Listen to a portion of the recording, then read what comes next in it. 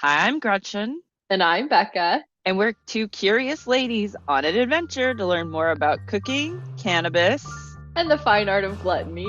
Join us every 10 days or so as we get high and make our way through a recipe. Step inside and let the consumption begin.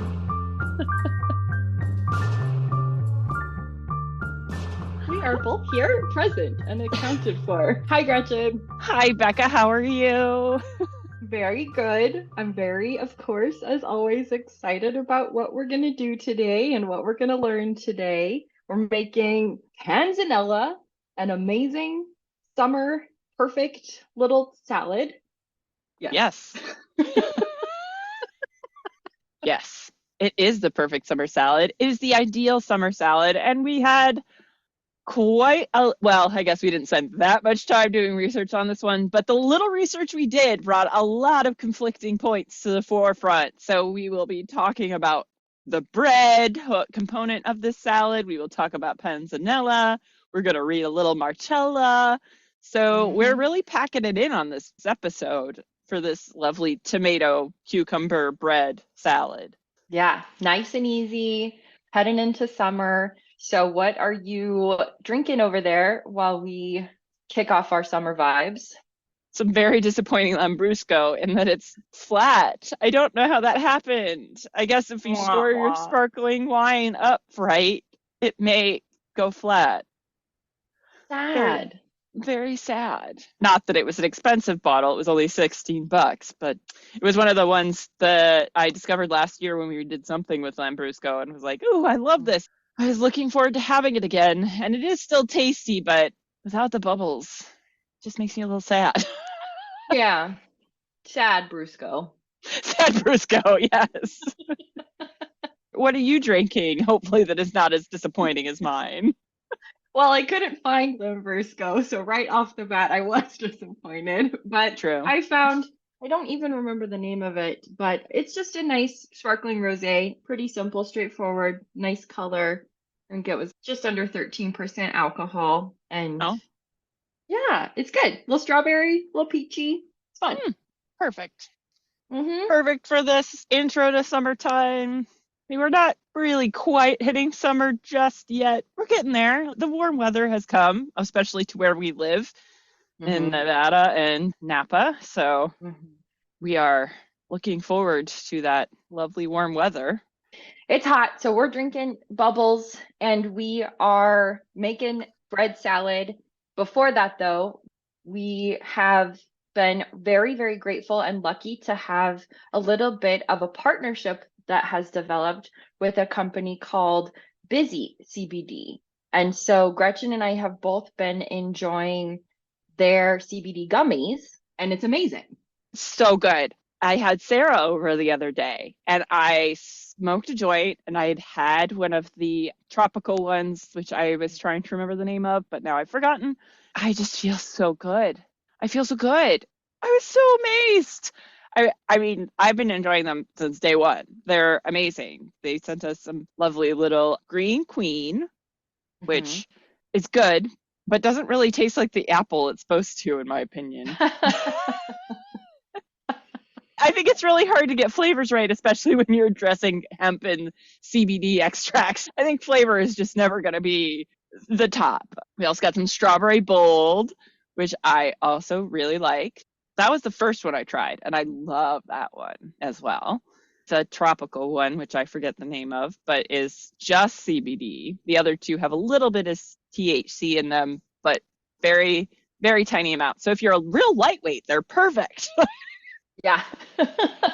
But if you're looking for just a pure CBD chew, and I know you've brought up before that it's really good to make sure you're taking that CBD consistently. I've been having a lot of CBD lately and things feel significantly better for me. And then they have all kinds of other stuff that I cannot wait to try. We are fangirling a little bit, but it is rare to come across products that Gretchen and I both love in equal amounts. One, I'm not a huge gummy fan in the first place. I don't really like gelatin or gummy things. They're But these, vegan.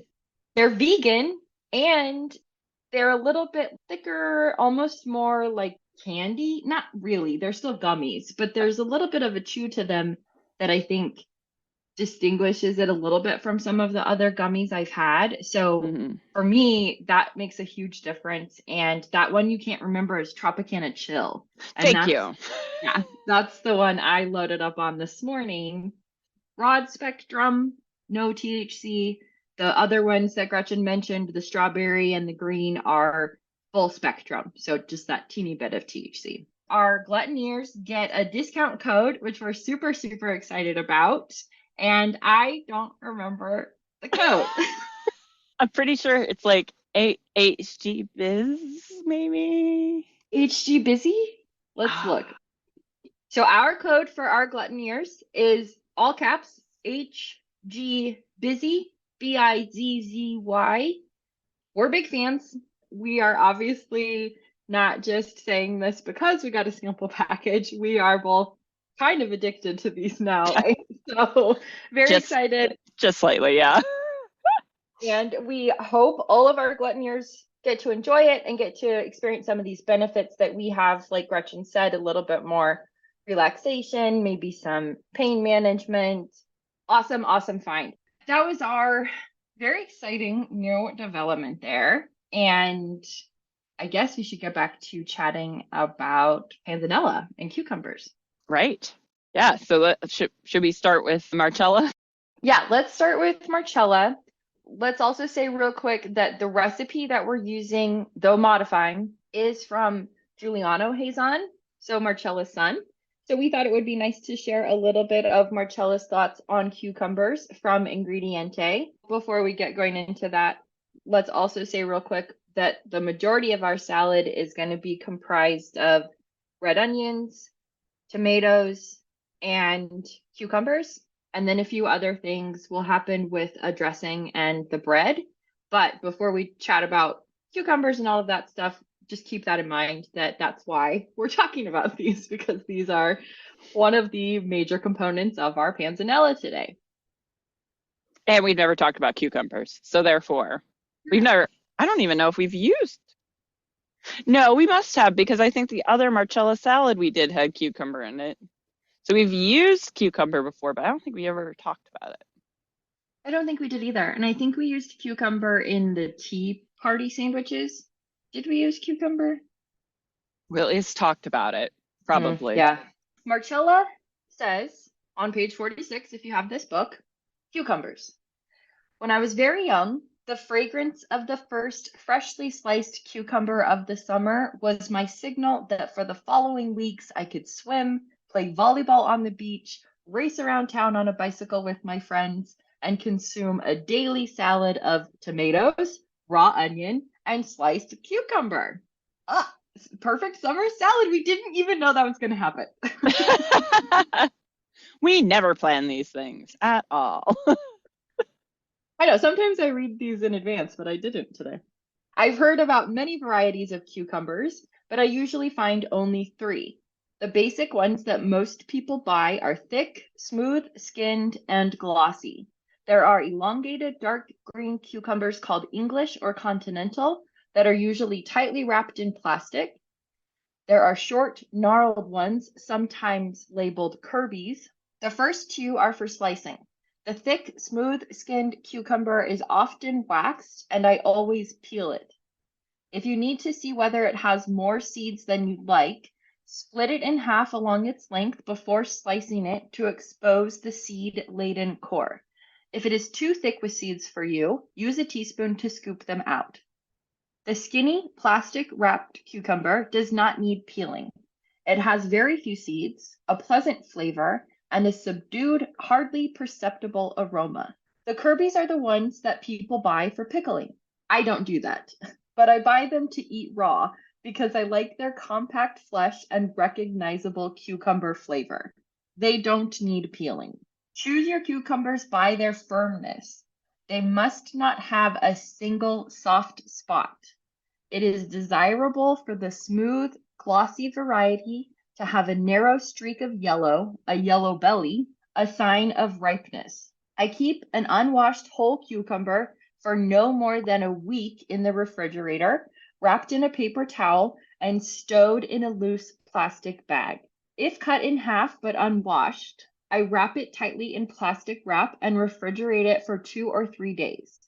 If sliced, I close the slices in a resealable plastic bag and keep them in the vegetable drawer of the fridge for 2 days. Cucumber performs its finest role when sliced in a salad with ripe summer tomatoes and raw onion slices. Finest. It's finest role. It's Emmy performance. It's won a Golden Globe. Has it EGOTed yet? Yeah, right. Almost there with the tomato, with the onion. Not sure what the E Okay, would be, but fine. Yeah. All right. we're getting Continuing close. on. Okay.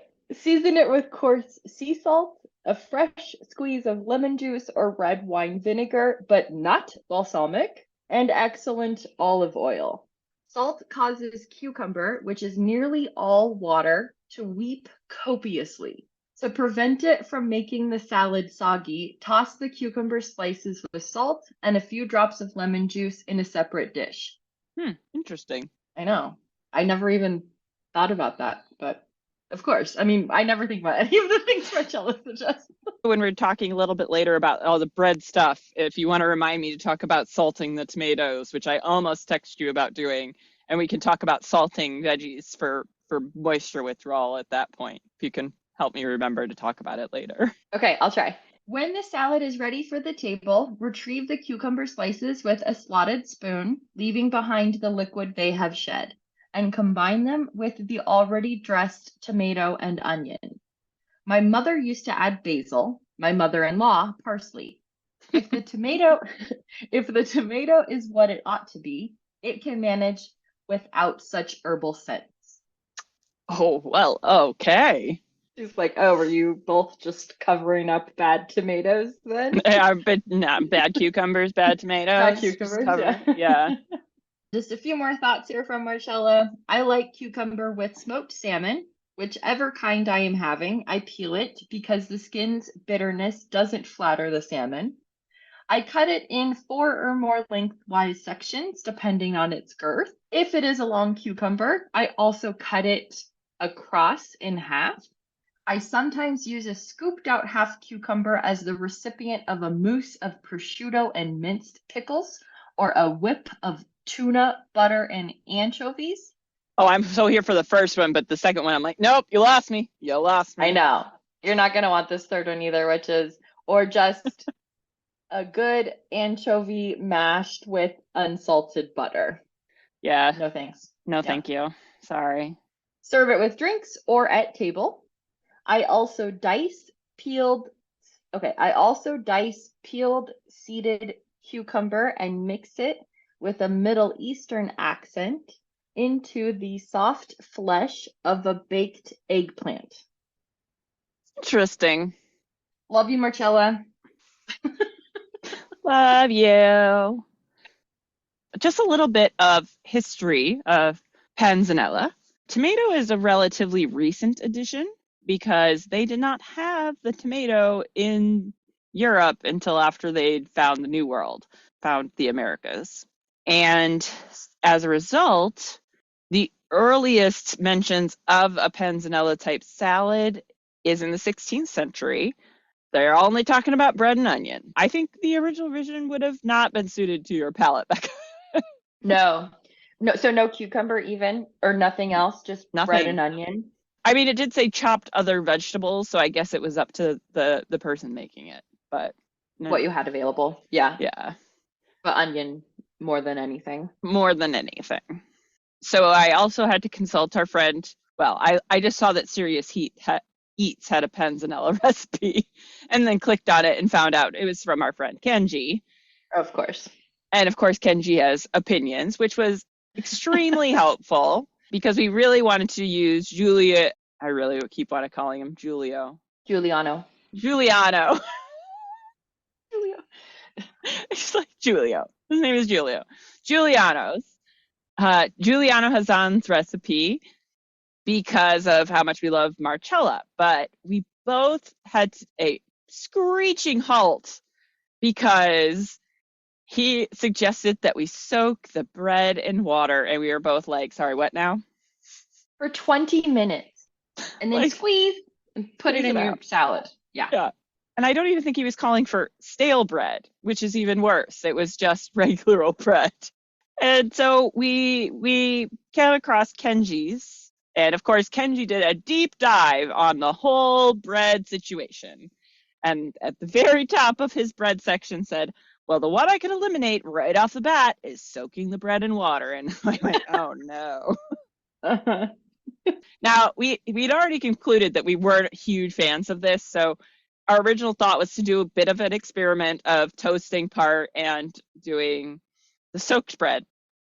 Yeah. And our mouths said, bad idea. Yeah, both of our Bad mouths idea. went, "Soggy bread that you soaked in water. What? What?" Can't even fathom it. Okay, if it's soaked in a flavorful liquid, sure. But pre-soaking it in water, then putting it in the salad? I, No, I just can't. yes, right. No. We were both on the same page about that. You said no more with the wet bread. No wet bread. No wet bread here. And so we came across Kenji's preferred was at the very least you want to dry the bread out in the oven for 15 minutes. He did say 300 degrees in the article, but then in the recipe he was actually doing it at 350, I think, just because it gets a little toastier. But he was saying that you don't really want a lot of toast on it. That's not the point. It's just to dry the bread out so that you can absorb more of that flavorful liquid. Because, and this is Kenji's quote, this is Panzanella is not a tomato salad with bread. It's a bread salad flavored with vegetables. Very important distinction there. One could say an onion salad flavored Right. with bread as well. Yes, exactly. We actually have already toasted our bread in the oven at 350 degrees for about 15 minutes until it was nice and dried out. And ours is cooling a little bit, so it'll be ready to absorb that great flavorful liquid that we're going to make. He did say you can also use stale bread as long as you've got it diced, and then you do want to dry it in the oven a little bit more, just because the stale bread had the second worst texture. So just stale without toasting or drying it in the oven had almost a similar texture to the bread soaked in water. Weird. Mm-hmm. Yeah, so he was like, you got to do a little bit of oven work with it to get your best result. So, okay, Kenji, you are God. We will do that. Yeah. In Kenji we trust. Yeah. And Marcella had a panzanella. Marcella had a panzanella recipe too that I think used stale bread and food processed it or used breadcrumbs. And I kind of cut my bread into bigger chunks today. Oh, I for sure did because I can't cut anything into small chunks. That's just not my style. Why would we do that? Small little edible pieces? What? They're not huge. I think we were supposed to be aiming for about half an inch to an inch size. Mine are probably a little bit closer to an inch and a half, but that's where we are. Yeah, because it's a bread salad. Should we get into the ingredients then? Was there anything else that you think we should know from Kenji wisdom or just generally Panzanella info? So just going back to the salting of vegetable thing, because I did Oh want to bring yeah. this up quickly, though I decided against making you do this because I was like, we've already got all these other things going on. Of course, that we simplified and everything, so we could have done this, but he recommended salting the tomatoes to draw out some of the liquid first and drain them. And then you'd add at least some of that resulting liquid into your vinaigrette. You'd concentrate the actual tomato pieces so that they had a little bit more flavor intensity. So I think that's probably a good idea. If you're in a time of year where the tomatoes aren't as good, maybe that is a really important step. Going back to like Marcella, salt the cucumber a little bit to get some of the water out. So any watery vegetable, this works really well with. This is something they do with eggplant. It really helps improve the flavor because it is such a watery vegetable to begin with. I know Becca's making a face. I know she hates eggplant. That's why we can never do eggplant. You're a vegetarian. You should love eggplant. It makes me sad. I'll do it. I can do it. I'll do it. Or at least you have to eat it if I make it for you. How's that as a negotiation tactic? You don't have That's to do it fair. yourself. I'll come and make it for you and see if I can change your mind about it first. Then we'll introduce you to the podcast. It's more of a nightshade thing. It's a big Uh, acid reflux inducer for me.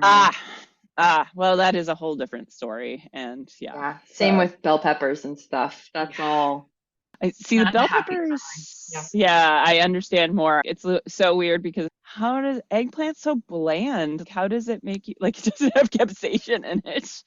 It I doesn't know. have a lot of acid, as far as I know, in it. Although I'm not an expert in eggplant either, so I don't love eggplant. I just feel like it's a crime that you don't even like it at all.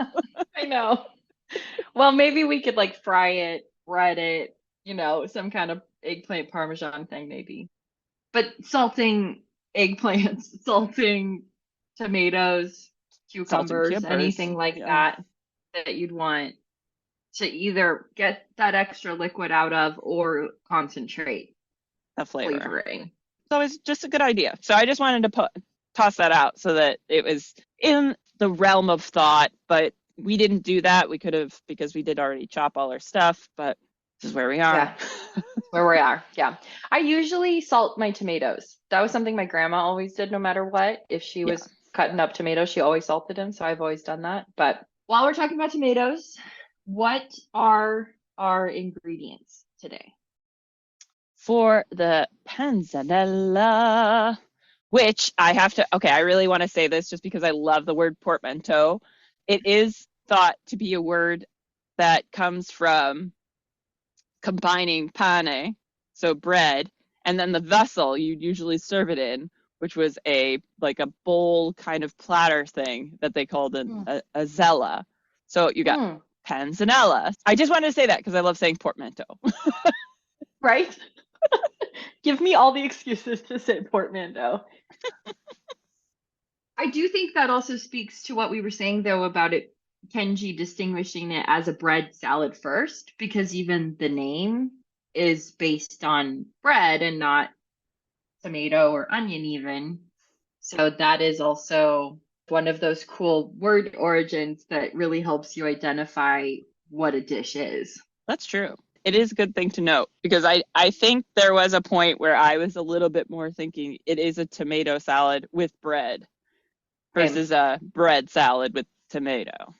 I didn't even know about the cucumber. I've often had it with tomato and like a peach or something as more of a summer Oh, in the little burrata. I like burrata, that. yeah. I've definitely seen mostly tomato with onion. The Yeah. cucumber was new to me as well, hmm but I've always seen it with, and of course now I understand why Giuliano, I get it right that time? Giuliano. Giuliano's recipe doesn't have basil in it because I was like, where's the basil? This feels naked without the basil. Oh my God, I've hmm totally gone off track. I was supposed to be reading the ingredients. Well, I don't. Are you gonna do any basil? I might. I do have a little bit growing out front of my house. So I might put a little bit in after we taste it just because I like basil a lot. hmm But now that I know Marcella thinks that's, sacrilege to do to a cucumber, it makes me feel a little guilty. Let me read the rest of the ingredients before we get Okay. feeling too bad about me feeling like I've committed crimes against cucumbers. But Or Marcella. Yeah. or Marcella, yeah. Okay, so we've got 2 cups of good Italian bread.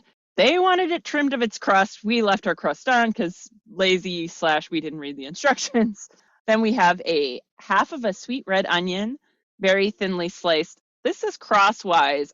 I did mine north to south pole versus east west pole, just because that's how I prefer my onions cut. Really, either way works, especially for a salad. 1 pound ripe, firm, flavorful tomatoes cut into cubes about a ½ inch thick. Again, I probably hit more of an inch, but again, I cut everything bigger than intended. Half of a seedless English cucumber, sliced about an eighth of an inch thick. I definitely cut mine in half and then sliced it into moons. I'm almost wondering if I should have taken the seeds out of mine because it was quite seedy. I think I got more of a Kirby kind of cucumber Mm. than the English hothouse type. But Mm-hmm. That's because that was what I found. I wasn't looking that hard. I was like, it's a cucumber. I've got it. Done. Check. I did seed mine. Okay. So you were a good little chef and took the seeds out. 1 small garlic clove, 1 tablespoon of capers, 1 tablespoon of good red wine vinegar, salt, freshly ground black pepper, and 1/4 cup extra virgin olive oil. And the special equipment for today is a food processor or blender. I believe we're both using a stick blender, and we are going to have to slightly modify his instructions again because of the stick blender of it all. And real quick, Giuliano also calls for 3 anchovy fillets in that sauce, which we are both omitting. And Gretchen just removed completely. Like, it is not there. Gone. I just get tired of buying anchovies and using like not even half the pack of them because I just don't. I get it. They're there for a purpose. They add a very specific flavor, but again, it is a flavor that I have a hard time with. So don't need it. I used to do a lot of paste, anchovy paste. I don't need it either. But anyway, what are we doing with those ingredients officially? What have we done with them so far? We have diced up the bread, tossed it in a 350-degree oven for 15 minutes just to get it nice and dried out. Again, don't really need to get any toasting on it. You're just looking for moisture removal. Then we're going to put together we've also sliced our onion and soaked it in water, like our Marcella trick with how to make the mild onions. Yeah, we were very happy to see Giuliano using Marcella's trick to soften the flavor of those red onions. Thank you. Yes, we've done that. The onions are still sitting in the water because we figured, fine, we'll mellow that flavor out. So after we have removed our onions from the water that it's been soaking in, we are going to make our dressing, which is going to consist of the garlic, anchovies, capers, and vinegar. And he wants us to put all that into a food processor and chop it up. We're not going to do that. We're going to use our immersion blenders, but we're going to probably have to do it a little bit differently just because of the volume, because we only have about like 2 tablespoons worth of volume to start with, and the immersion blender is not going to love that. We are going to blend those things up while we're adding our olive oil so we can get a little bit of emulsion going on our dressing. And then make sure we season that really well, and everything goes in the bowl. So then we're going to throw our bread, our cucumbers, our onions.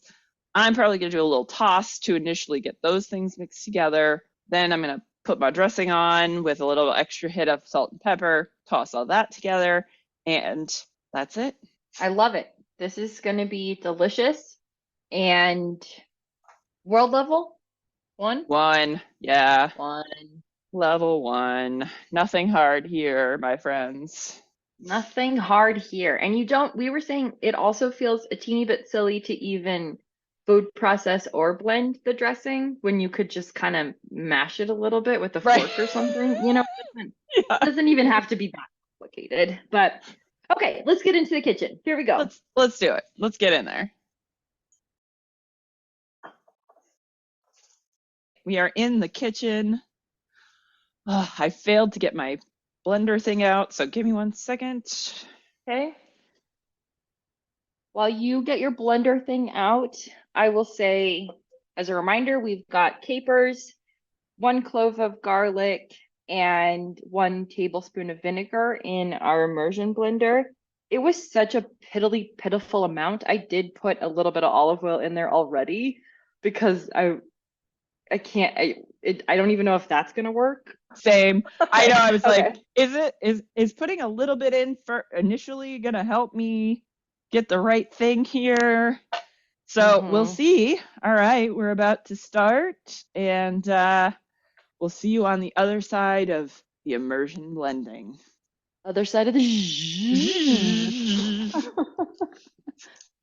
Maybe we should just add in sound effects like that.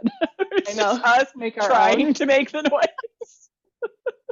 We're like, ooh, this is the KitchenAid mixer. Okay, let's do it. I feel like the front of this recipe should say just make extra dressing, because if you make it in this small of an amount, you're going to want to just throw things. Yep. I'm definitely going to have to add the rest of the olive oil, maybe some more. Oops. No, it's going to have way too much olive oil in it. I know. Well, let's keep going. Okay. Well, I think it's good enough. Yeah, I'm not bothering with more, trying to blend it anymore. It's time to hit it with some salt and some pepper. I'm going to be eating panzanella for a week, it looks like. Did you hug your onions and pull them out of their water bath? I did. I probably hugged them a little harder than I should have, but it was very satisfying. You were so excited to see them. Yes, way too excited. Even this bowl I've got is still too small. All right, I can see why you might add in anchovy into this dressing. I just gave it a taste, and it's like, okay, I can see what a little anchovy might bring to the table. It needs something. Just maybe a little bit more like of an umami punch. Probably should invest in some anchovy paste. That might be a good compromise, but you can also just go with more salt, I guess. Sure. And maybe basil. Basil, yeah. I'm adding my dressing and massaging my salad. Well, it smells really good. Well, that's most important. Yeah, I'm ready to dive headfirst into this. I think a little more salt. I definitely need some more salt. I'm going to go with some kosher salt because the Himalayan's obviously not doing it. I can see where the advantage of like draining the tomatoes at the very least of their liquid before putting it into the salad makes that moisture more available to the bread sooner. Oh, So there could be more like instantaneous hydration that rather than where this is probably going to have to sit to get that right texture for panzanella. I think it's really, really delicious. I like how the red onions are so mild, but they still add just enough bite. I love the crunch. I'm so glad we didn't soak the bread, even if we have to wait a little bit for it to soften into it. I'd rather do that than have mushy bread in this situation. The cucumbers are perfect. I like the dressing. I did end up adding like a fair amount more of olive oil just because I had so much bread. And I added then a little bit more vinegar. I think I might add a teeny bit more vinegar, but otherwise, I really love it. I'm probably going to do a little bit of vinegar, but I'm definitely going to do a sprinkling of capers in there as well. Yum. Bravo, Giuliano and Kenji and Gretchen and Becca. I love this. Oh yeah, there's nothing wrong with this at all. This is amazing. I can't wait to taste it in a little bit when it's like sat for some. Get a whole big bite in there. Yeah. Yes. Well done. I'm very glad. This is such a perfect way to kick off our summer vibes. And check us out on Instagram and Facebook and the website. Yeah. Maybe. But yeah, thanks for joining us again, Gluttoniers. Off we go. Off we go. That was a long one. The crisp departure of the coconut shells.